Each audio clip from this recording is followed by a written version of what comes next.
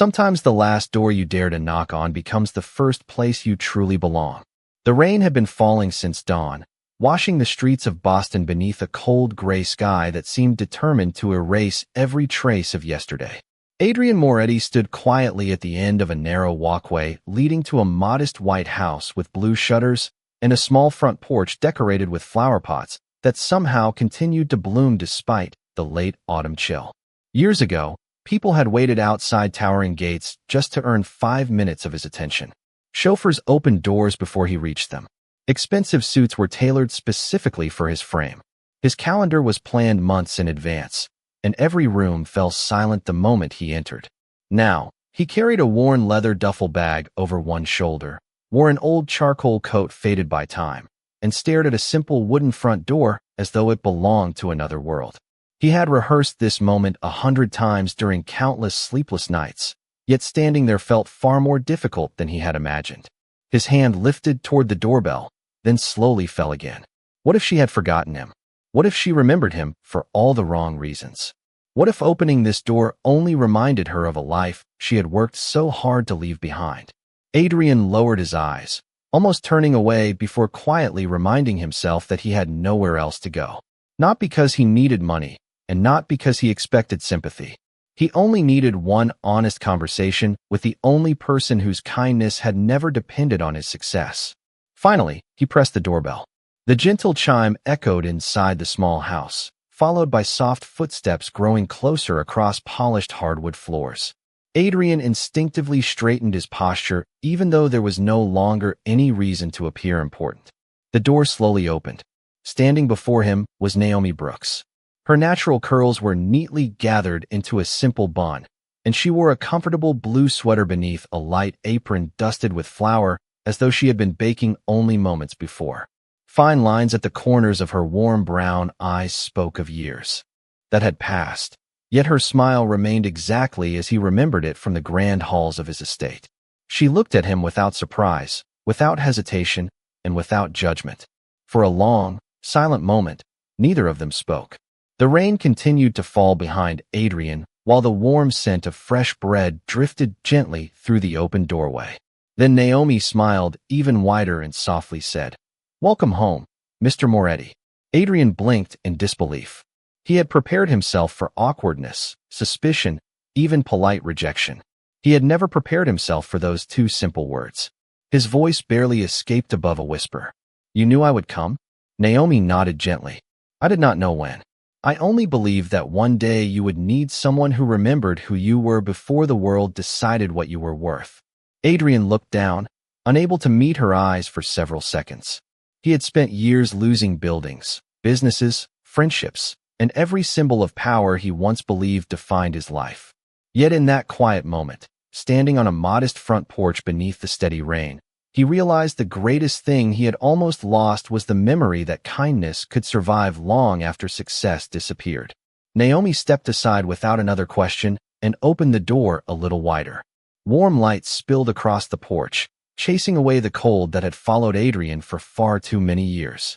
He hesitated only once before crossing the threshold, unaware that the small house before him still held pieces of a forgotten past that would change everything he believed about the life he thought he had lost forever. The warmth inside the small house felt almost unfamiliar to Adrian after so many years of empty hotel rooms and temporary apartments that never truly became home. Naomi quietly closed the front door behind him, shutting out the steady rain and replacing its cold rhythm with the comforting sounds of a kettle beginning to whistle in the kitchen. Nothing about the house suggested wealth.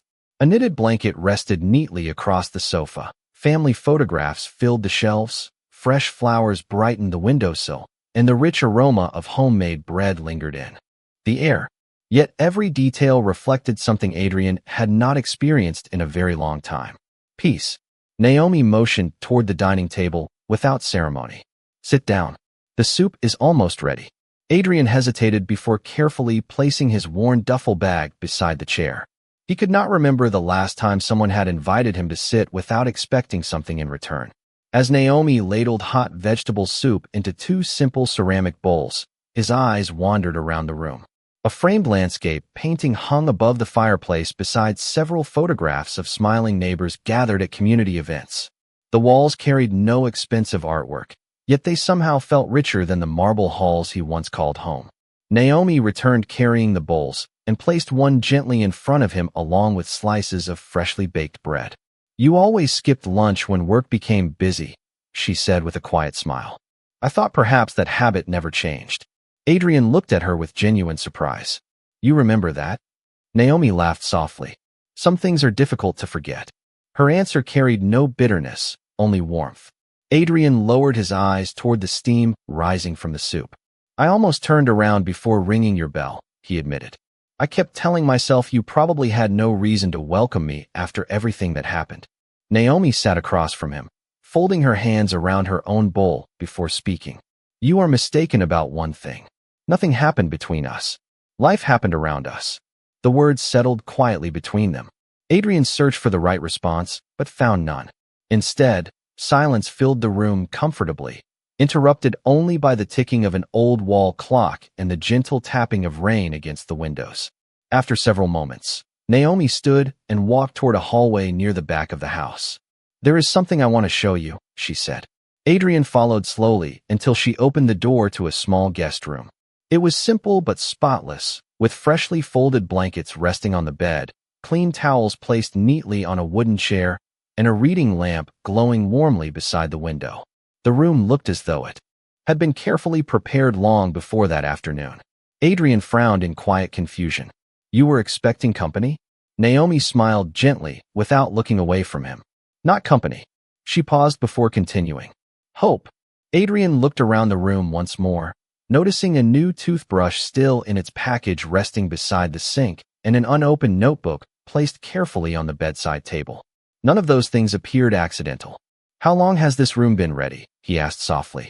Naomi leaned lightly against the doorway. "Long enough that I had to dust it every week."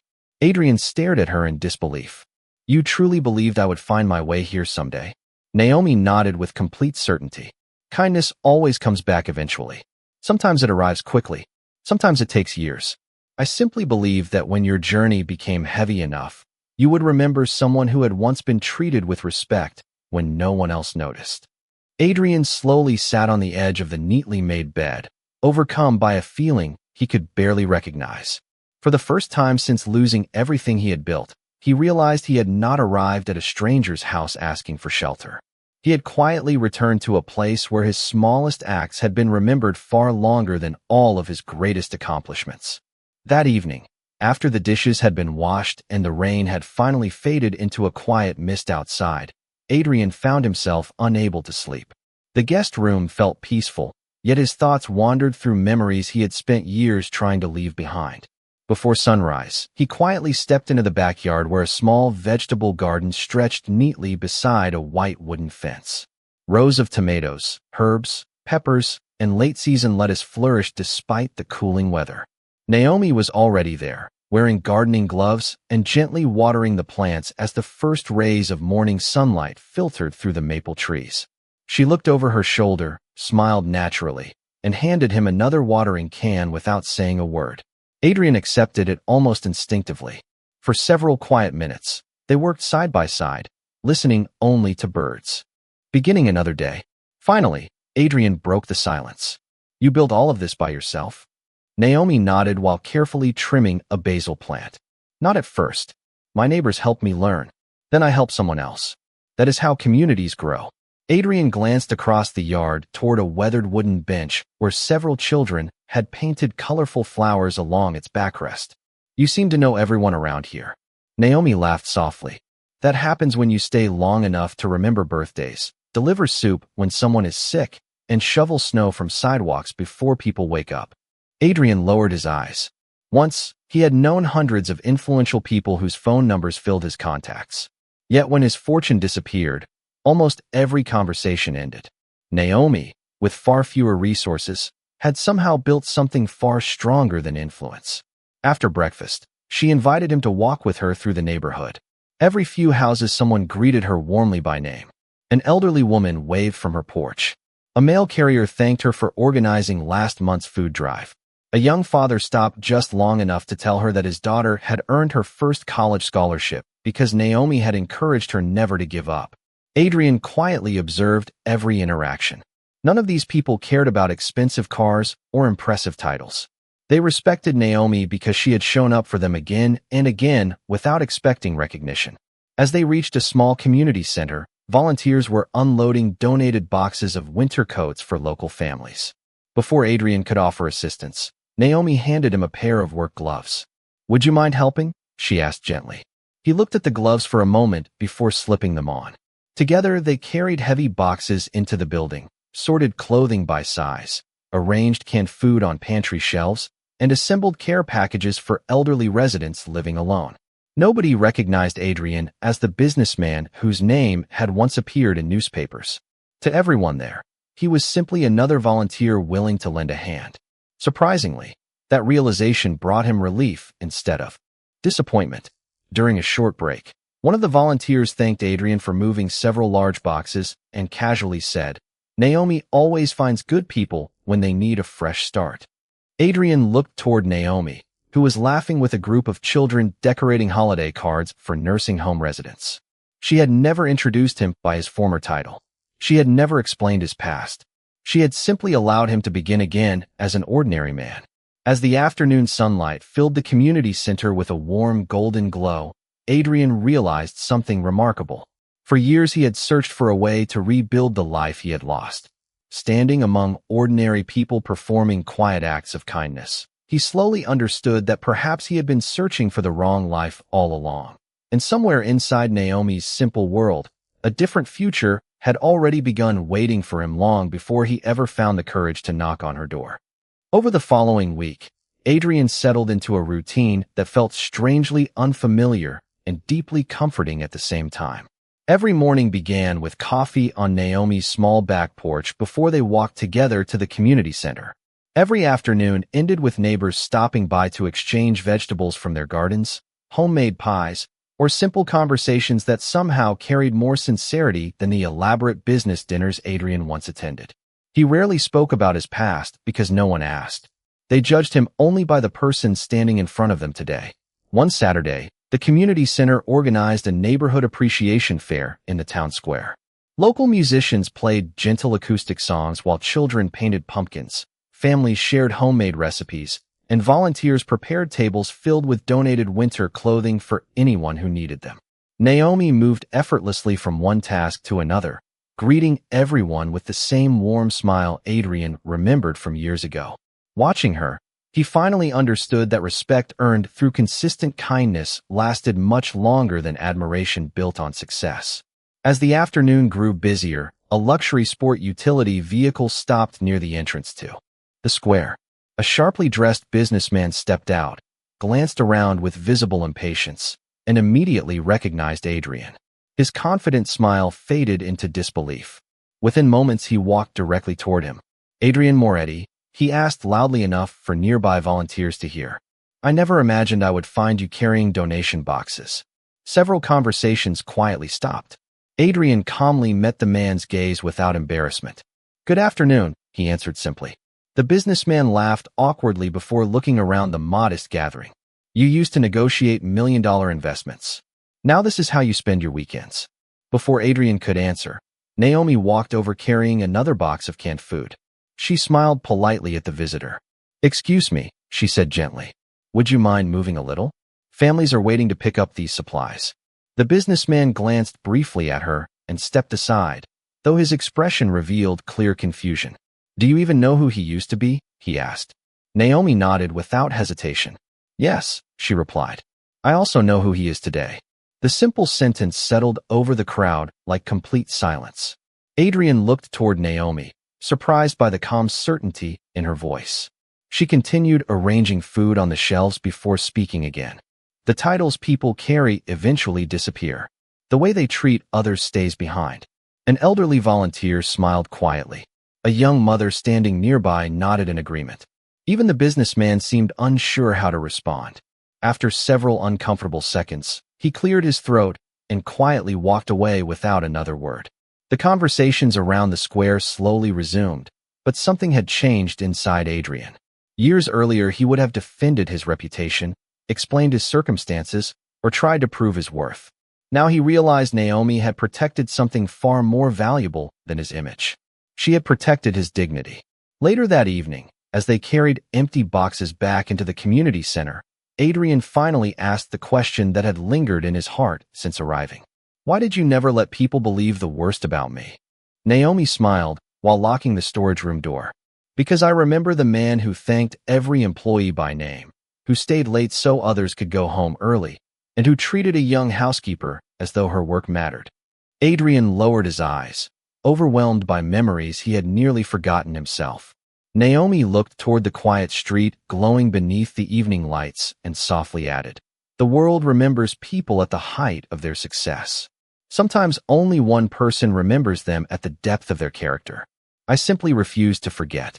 Adrian stood in thoughtful silence as those words echoed through the cool evening air, realizing that the life he believed had ended years earlier was slowly being rebuilt, not through wealth or influence, but through the quiet testimony of someone who had never stopped believing in the goodness he had almost forgotten existed within himself.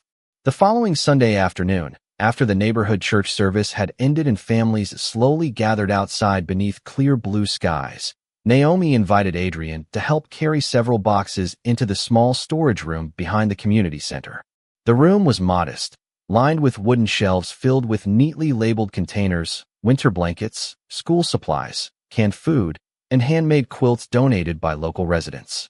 As Adrian placed the final box onto the top shelf, Naomi quietly walked toward an old oak cabinet standing in the corner. She hesitated for only a moment before unlocking its small brass latch with a key she wore on a thin silver chain around her neck. Adrian watched curiously as she carefully removed a weathered cardboard box wrapped in a soft white cloth. Every movement suggested that whatever rested inside had been protected for many years. She carried it to a nearby table and gently folded back the cloth. Inside lay several objects arranged with extraordinary care. There was a faded group photograph taken in front of Adrian's former estate, showing gardeners, cooks, drivers, housekeepers, and maintenance workers smiling together on a bright summer afternoon. Adrian immediately recognized every face. Beside the photograph rested Naomi's original employee name badge, still polished despite the passing years. Next to it lay a small brass key attached to an old leather tag bearing the address of the estate he had lost long ago. Finally, resting beneath everything else, was a cream-colored envelope whose edges had softened with age but remained carefully sealed. Adrian stared silently at the collection before looking at Naomi. "You kept all of this?" he asked almost in disbelief. Naomi smiled with quiet affection. "Some people keep expensive jewelry. I kept the place where my life began to change." Adrian slowly picked up the photograph. He noticed himself standing several rows behind the staff, smiling more naturally than he remembered.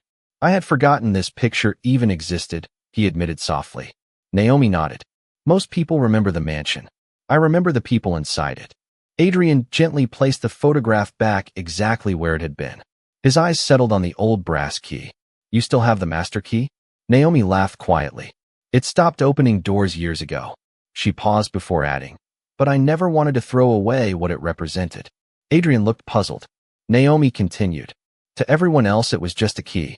To me it was trust. You gave every employee responsibility because you believed respect made people more careful than fear ever could." Adrian lowered his eyes. He had never considered such a simple decision important. Then his attention shifted toward the unopened envelope. "What is inside?" Naomi rested her fingertips gently on its surface. "A letter." Adrian looked at her with quiet curiosity. "Who wrote it?" Naomi answered almost in a whisper. "I did." She smiled softly before continuing. "Many years ago, on the day I left your estate, I wrote everything I wanted to say. I thank you for changing my life in ways you never realized. I planned to mail it after settling into my new home." Adrian glanced toward the envelope again. "But you never sent it." Naomi slowly shook her head. "Every year I almost did.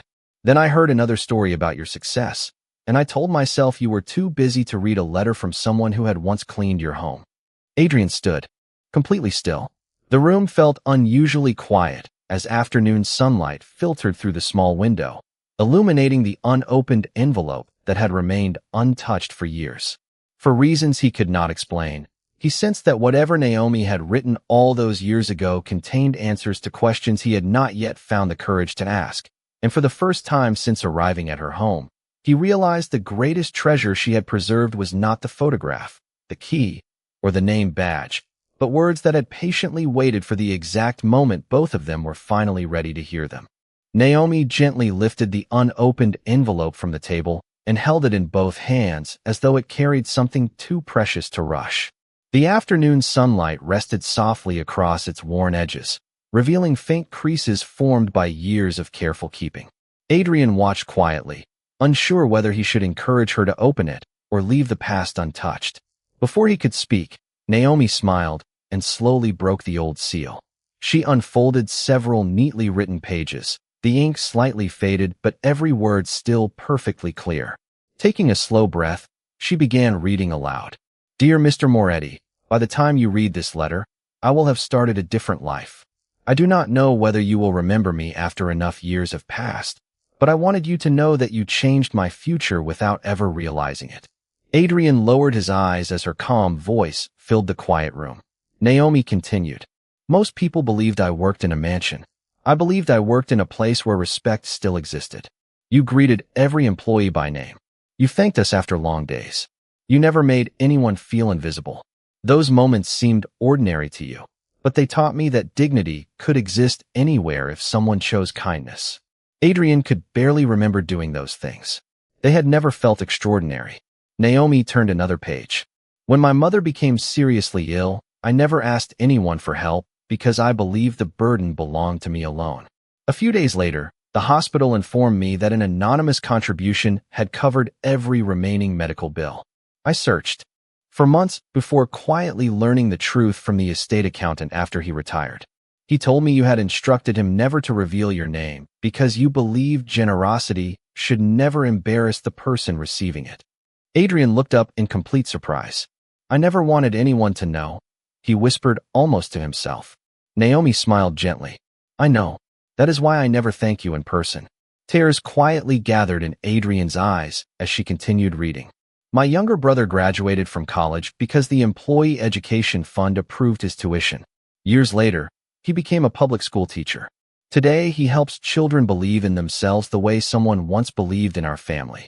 My mother lived long enough to watch him receive his diploma. She spent her final years surrounded by peace instead of fear.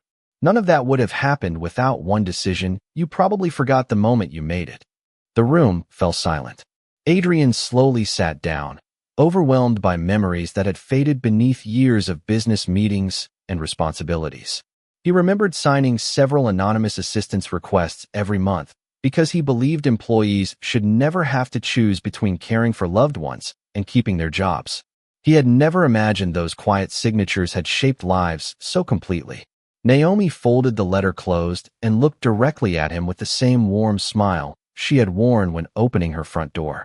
That is why I prepared a room for you, she said softly. Not because you once had influence. Not because people feared your name. I prepared it because when my family stood at the darkest moment of our lives, you became the light without asking for credit. Adrian wiped away a tear before it could fall. For the first time in many years, he understood that while fortunes could disappear, buildings could be sold, and reputations could fade, a single act of genuine kindness could quietly continue changing lives long after the person who offered it had forgotten it ever happened. And in that humble storage room, surrounded by ordinary memories preserved with extraordinary care, Adrian discovered that the greatest success of his life had never appeared on a balance sheet at all. The days that followed carried a quiet rhythm Adrian had never experienced during the years when every hour of his life had been measured by appointments, negotiations, and impossible deadlines. Now his mornings began with helping Naomi unload fresh produce from local farmers before arranging food baskets for families who needed a little extra support. Every smile he received came without expectation. Every thank you felt sincere because it had not been earned through status, but through presence. One crisp morning, while they organized donated books inside the community center, Adrian paused beside a window overlooking children laughing in the small playground outside. I spent years believing success meant people needed me, he admitted softly. Now I realize I never learned what it meant to simply be useful. Naomi placed another stack of books onto the shelf before looking toward him with quiet understanding. Sometimes life has to empty our hands before it can fill our hearts, she replied. Her words remained with Adrian long after the conversation ended. That afternoon, the director of the community center approached them with an unexpected request. Several local businesses had agreed to sponsor free career workshops for adults who had recently lost their jobs, but no one felt confident enough to teach financial planning, leadership, or business strategy. Naomi looked toward Adrian before saying a single sentence. I think we already have the right teacher. Adrian immediately shook his head. People would never listen to someone who lost everything. Naomi smiled with complete certainty. They will listen because you lost everything and kept going. A week later, the first workshop filled a modest classroom with nearly 30 people. Some had recently been laid off. Others were rebuilding after failed businesses or difficult family circumstances. Adrian stood quietly at the front of the room, holding nothing more than a notebook and a cup of coffee. There were no expensive presentation screens, no executive assistants, and no applause announcing his arrival. He looked around the room before speaking. Honestly, I cannot promise you success, he began. I can only promise that your value has never depended on the worst season of your life. The room became completely still. For the next 2 hours, Adrian shared practical lessons about budgeting, rebuilding confidence, earning trust, and making wise decisions without mentioning his former achievements even once. Instead, he openly admitted mistakes, spoke about humility, and encouraged every person to recognize skills they had forgotten they possessed. When the session ended, several participants quietly thanked him before leaving. One middle-aged father remained behind with tears in his eyes. Today was the first time in months that I stopped feeling ashamed of starting over, he said. Adrian could only nod, unable to find words strong enough to answer. Later that evening, he found Naomi watering flowers outside her home beneath a sky glowing with the colors of sunset. He stood beside her in comfortable silence before quietly saying, "You were right. I thought I came here because I needed someone to save me." Naomi looked toward him with the same peaceful smile she had carried since the day he arrived. "And now?" she asked. Adrian watched the golden light settle across the neighborhood, where children rode bicycles and neighbors greeted one another from their porches. "Now I understand that you never rescued me from losing my fortune," he answered gently. "You rescued me from forgetting who I was before I believed my worth could be measured by what I owned." Naomi's eyes reflected quiet gratitude rather than triumph. "That man never disappeared," she said softly. "He only needed someone to remind him where to look."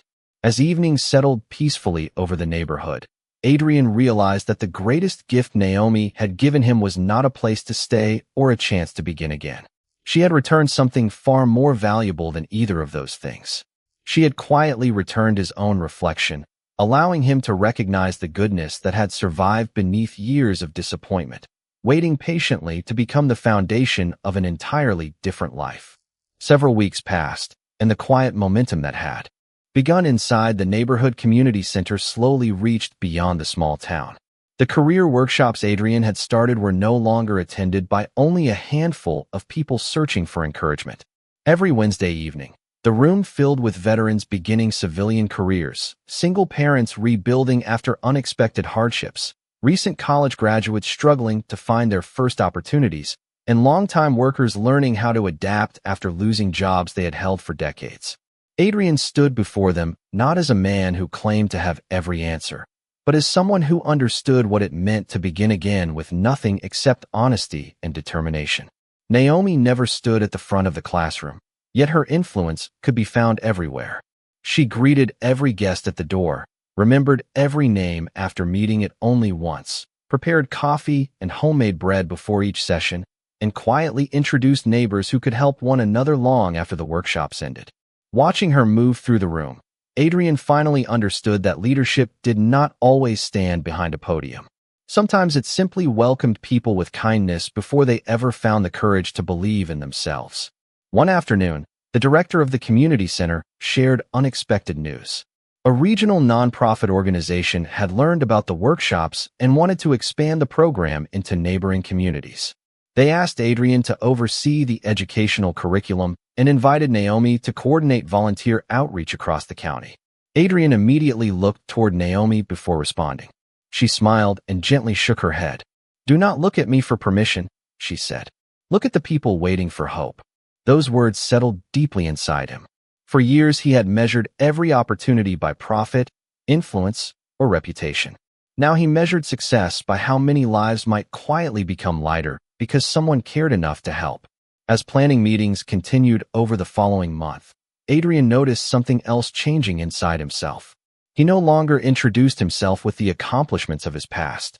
When new volunteers asked about his background, he simply smiled and answered, "I help people discover that starting over is not the same as starting from nothing." The sentence felt more truthful than any title he had ever carried. One crisp Saturday morning, the expanded program welcomed its first class inside a renovated community building filled with natural sunlight, long wooden tables, and shelves lined with donated books. Before the workshop began, Adrian quietly walked through the empty room, taking in the peaceful silence. Naomi joined him carrying a basket of fresh muffins she had baked before sunrise. She placed it on the welcome table and looked around with quiet satisfaction. "Do you remember the first day you arrived at my house?" she asked. Adrian smiled gently. "I remember believing I had reached the end of my story."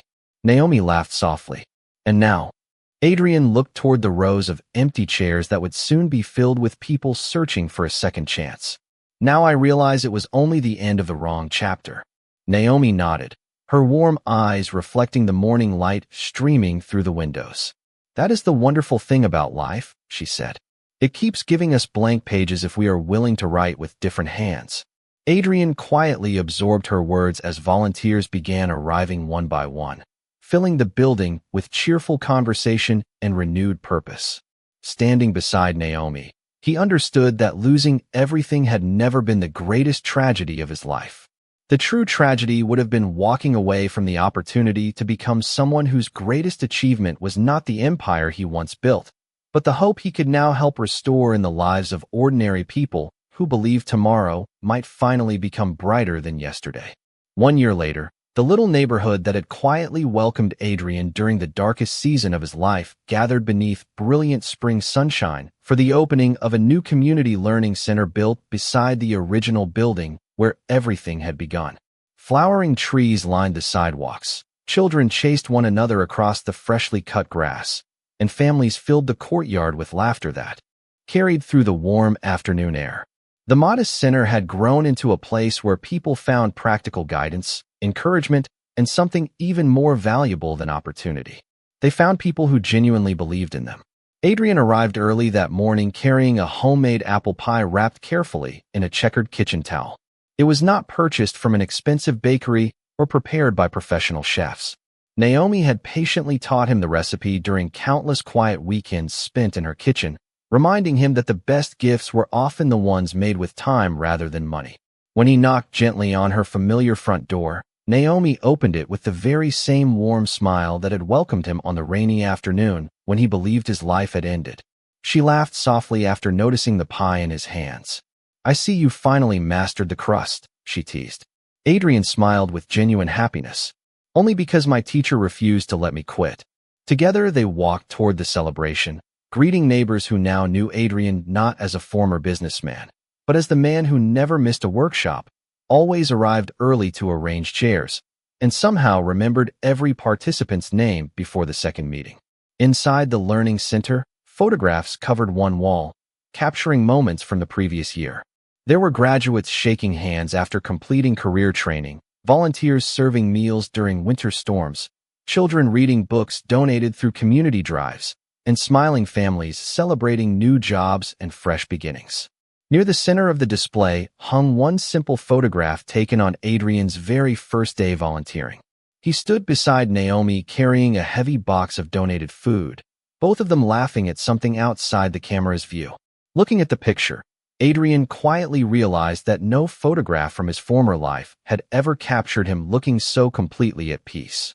As the dedication ceremony began, the community director invited Adrian and Naomi to stand together before the gathered crowd.